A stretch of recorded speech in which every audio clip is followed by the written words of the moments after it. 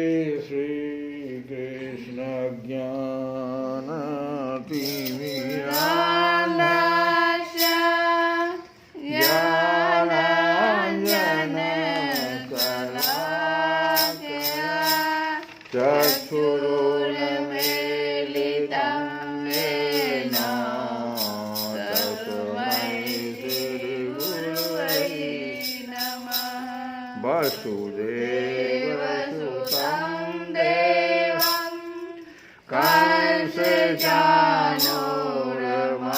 कंसचाणूरमर्दनं देवकी परमानन्दं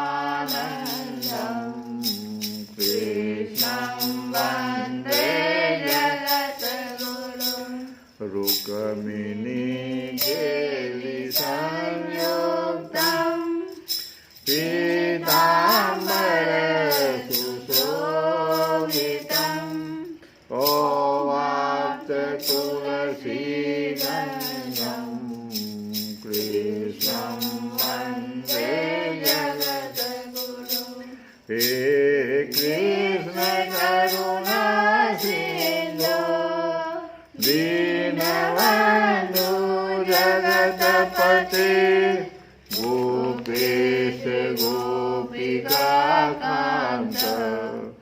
राधाकान्त नमस्तुते सप्तकाञ्चन गौराङ्गी राधे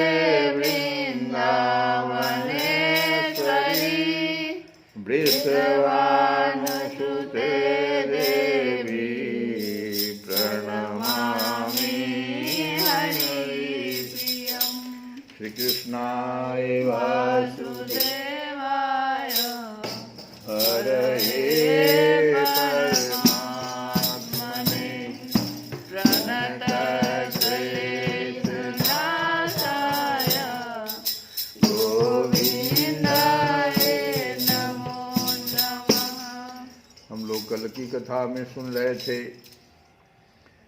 कि सुखदेव जी महाराज बता रहे हैं कि विभिन्न कार्यों के लिए अलग अलग देवताओं का तथा उनके अनुष्ठान का तरीका है।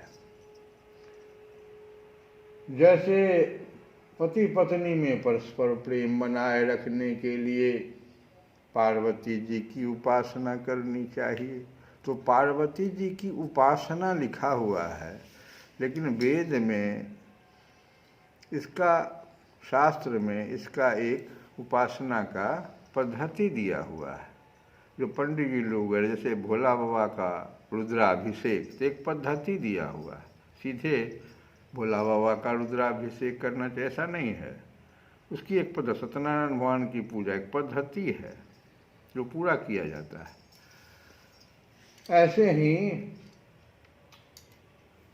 वंश परंपरा की रक्षा के लिए पितरों की पूजा करनी चाहिए, तो उसकी भी एक पद्धति 15 दिन का जो आता है आश्विन मास में, और गया में जाकर के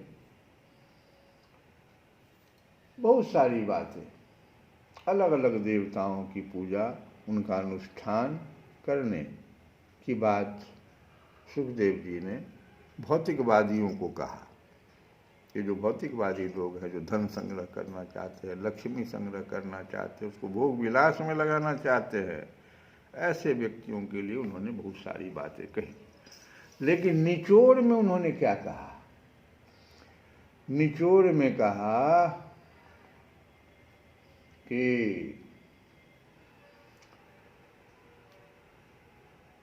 वह चाहे निष्काम हो, समस्त कामनाओं से युक्त हो, अथवा मोक्ष चाहता हो, उसे तो तीव्र भक्ति योग के द्वारा केवल भगवान नारायण को भजना चाहिए।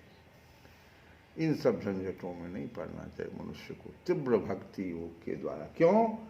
तो जैसे उड़ी जहाज की पंछी, हम लोग सुने थे ना कि जैसे उड़ी जहाज की पंछी, पुनि जहाज पर आवे, कमल नैन गोछारी महातम, और देव को ध्यावे, अनंत कहाँ सुख पावे, मेरो मन अनंत कहाँ सुख पावे। एक भजन में ऐसे भी हमने कहा, दूसरे भजन में कहा कि भजन करे ये जीवन जाए बीता, भजन करे जीवन जाए बीता, भजन करे जीवन जाए बीता। कर लो पठन सब ग्रंथ बताते, कर लो पठन सब ग्रंथ बताते, वेद पुराण ओ गीता, भजन कर जीवन जाए गीता, भजन कर जीवन जाए गीता। तो तुम हो प्रभु के प्रभु हैं तुम्हारे, तुम हो प्रभु के प्रभु है तुम्हारे। कई देवताओं का नाम नहीं है, आप देवताओं के नहीं हैं, इतना करने की जरूरत नहीं है।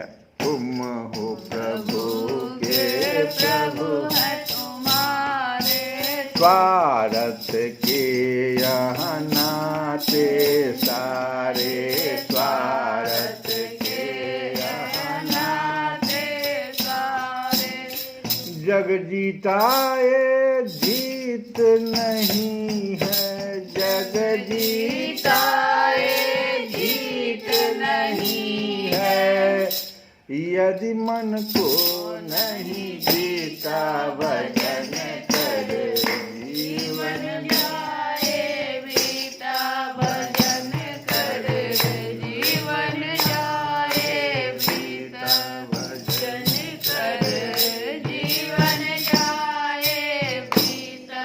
यहाँ भी भगवान से भजन करने के लिए कहा जा रहा है। इस इस भजन में भी तो यही कहा जा रहा है।